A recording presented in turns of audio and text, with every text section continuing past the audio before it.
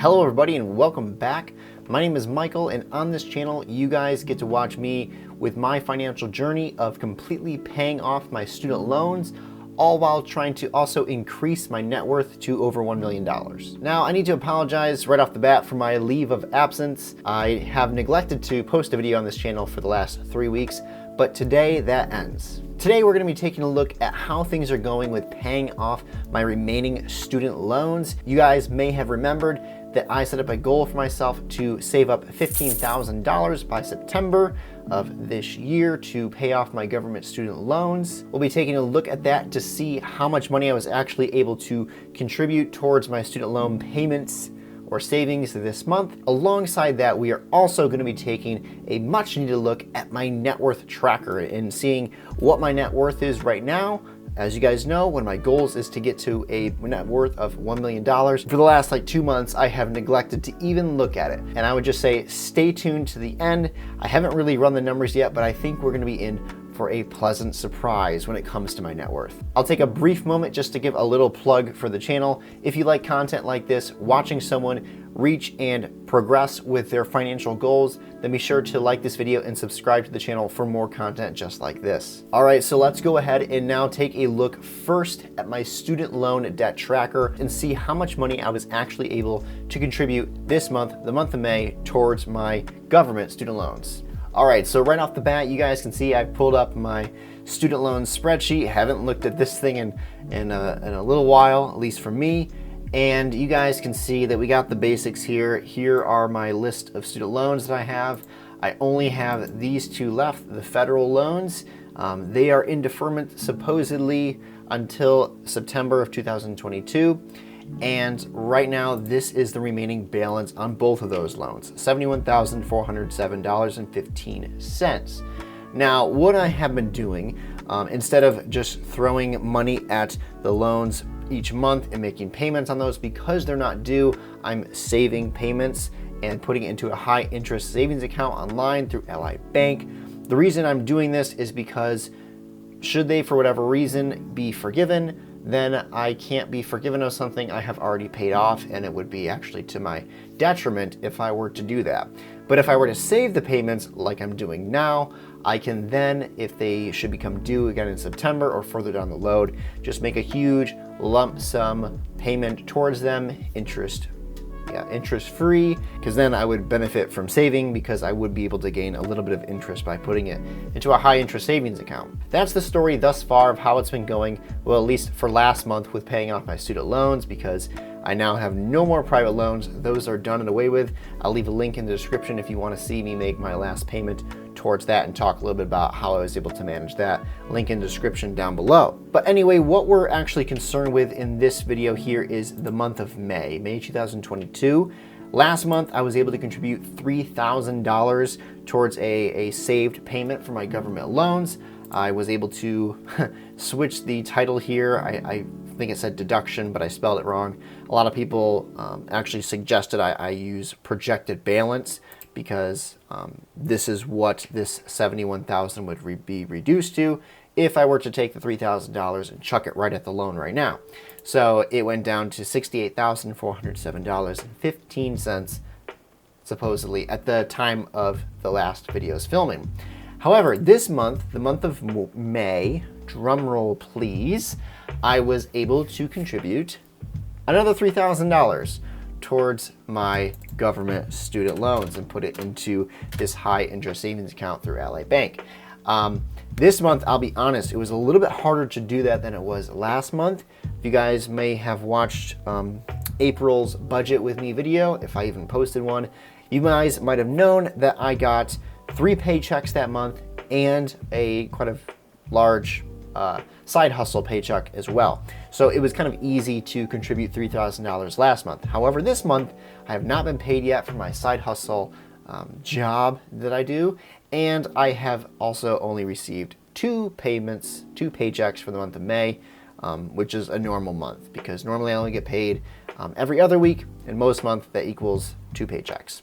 So even with that lower income this month, I was still able to set aside $3,000 to put into my Ally savings bank, and I did that today. I kind of waited till the last second to do that, so it's not going to actually be reflective probably until Monday or Tuesday when it goes through, because it takes like 2 or 3 days for that to happen, business days. So as you guys can see, that brings down now the projected balance for my government student loans that are still in deferment to $65,407.15.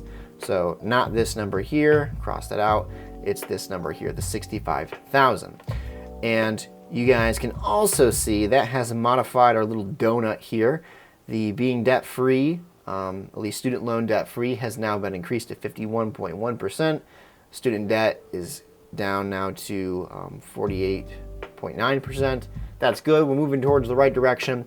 Last thing I need to do is just put this number over here. So let's see, $65,407.15 for the month of May. And yep, there we go. So that works out well. Actually, this number is incorrect because that's supposed to be this number. So that is a total change of $39,481.85 since the, I guess, inception of making videos like this, not from the very beginning, because basically the way to figure that out is just go 140,000 minus this number right here. I think that's actually the formula I put in to measure out and get the data points for this donut chart. And then you guys can see this smaller graph here. We are making nice little stepping stones that go down, which will hopefully eventually reach $0 for my student loan. Moving on to now taking a look at my net worth. It's actually been at least 2 months since I've done this. In fact, before filming, I had to go in and make sure the table still worked, because the last time I had inputted any information was in March, which it feels like that was eons ago. But here we are now in May of 2022, and I'm gonna go ahead and start inputting data into my chart. Now, in case you're unfamiliar with this, net worth is pretty simple and straightforward to calculate. You take your assets and subtract from your assets your liabilities, everything you owe to somebody else, subtracted from the things that you own. And I've been doing that now since March of 2021, and I have been consistently tracking the numbers since then. Now, I guess that's when I got serious about taking my finances seriously. Anyway, what we need to do now is start inputting data for the month of May, and I have, you can't see it because it's all off screen, I have all these numbers here of what we're going to be inputting into this chart. Let's start first with the government loans. Let's start with, I call it the bad news, because there's actually turned out to be so little bad news now. And I only started off with like 4 things here, but you guys can see I'm only down to 2 categories now that actually have numbers in them, which is good. That's a good thing. Liabilities weigh down your net worth, so we want to get rid of them.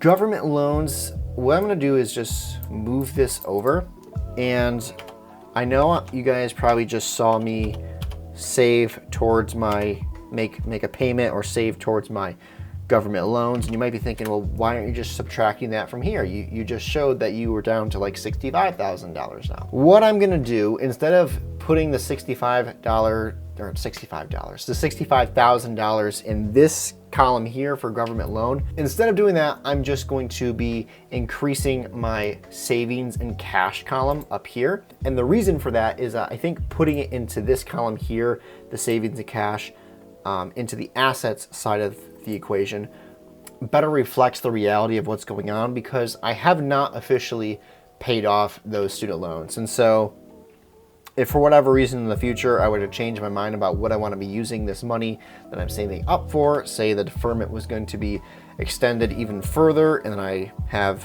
$20,000 sitting in the savings account, and it seems like a better investment to put it towards a rental property or something like that, I don't want to have to go back through and eliminate everything I changed in the government loans.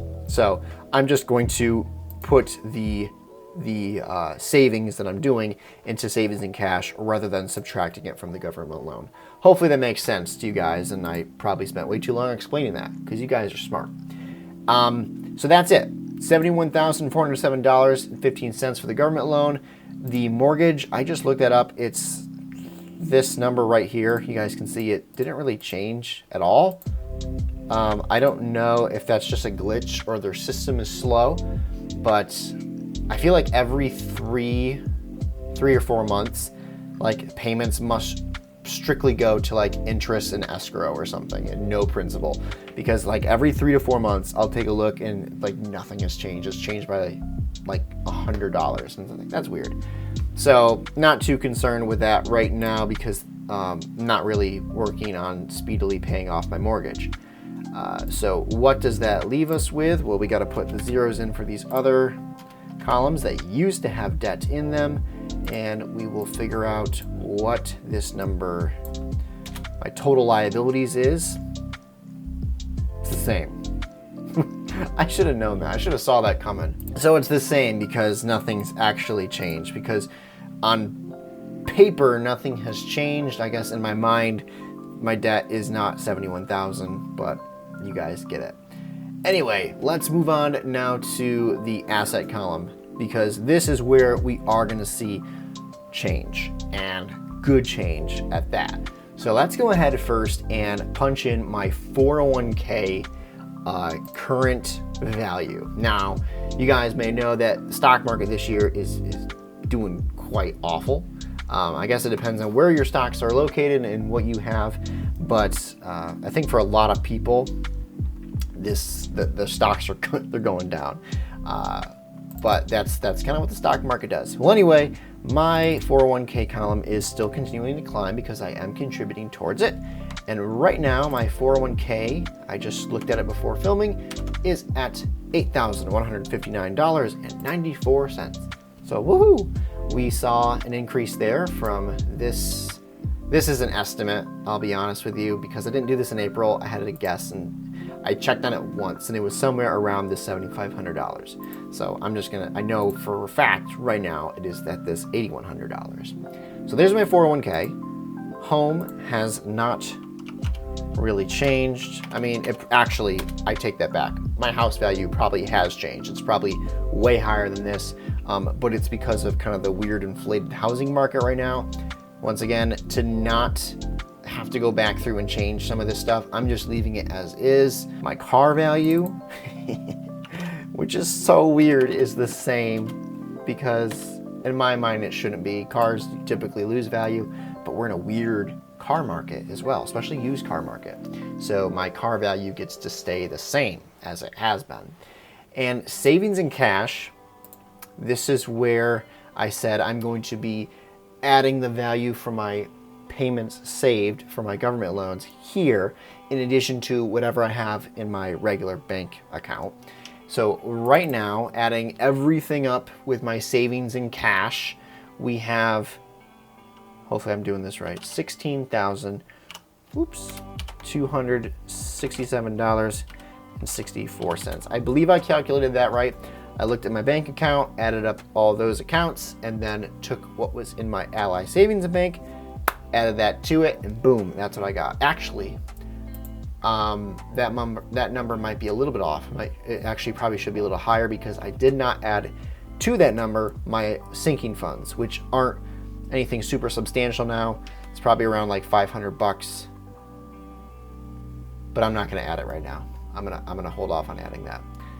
Anyway, ooh, something I'm not prepared for, my Roth IRA, my TD Ameritrade accounts.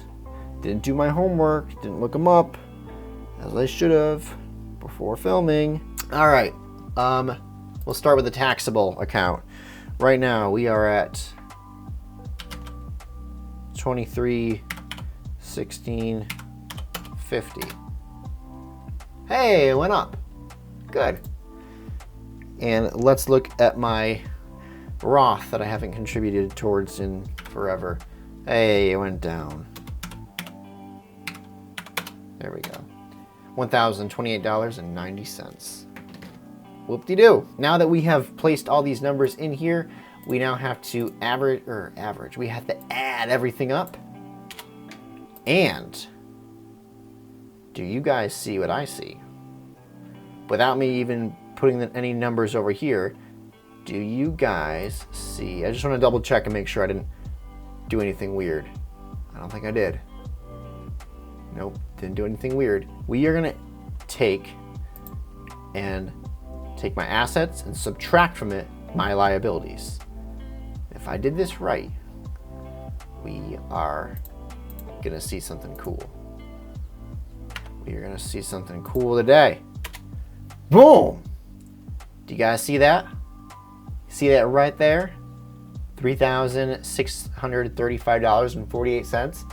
That is the first time a non-negative number has shown up on my chart. Look at that. It is above. It's above zero. It's above the line. So that is nice to see. That's the first time in my entire financial progress journey since I've been tracking it that I have seen a positive number. That's the way to say it. A positive number show up on my net worth chart in terms of my overall net worth. So thank you guys for sticking with me on this journey. We have just crossed the threshold.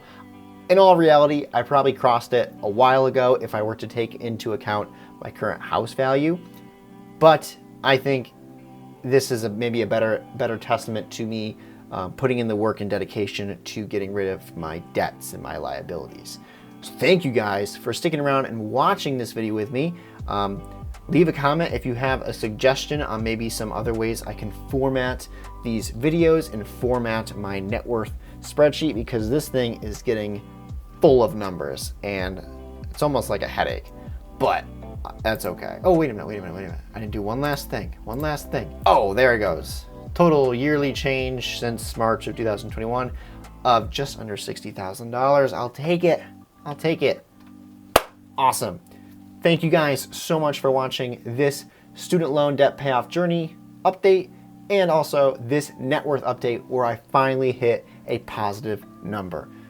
I will see you guys in the next video. Take care.